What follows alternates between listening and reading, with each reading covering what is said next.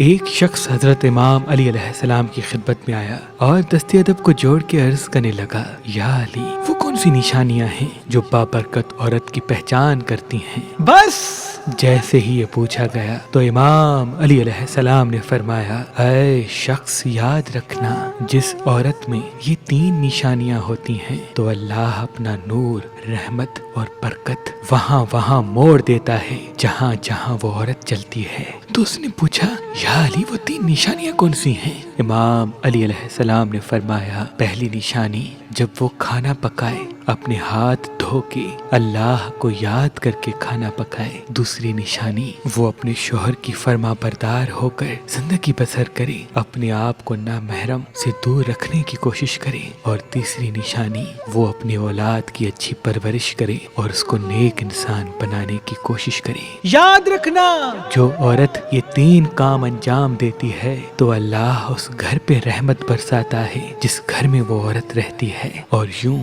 وہ عورت گھر اور گھر والوں کے لیے بابرکت ثابت ہوتی ہے۔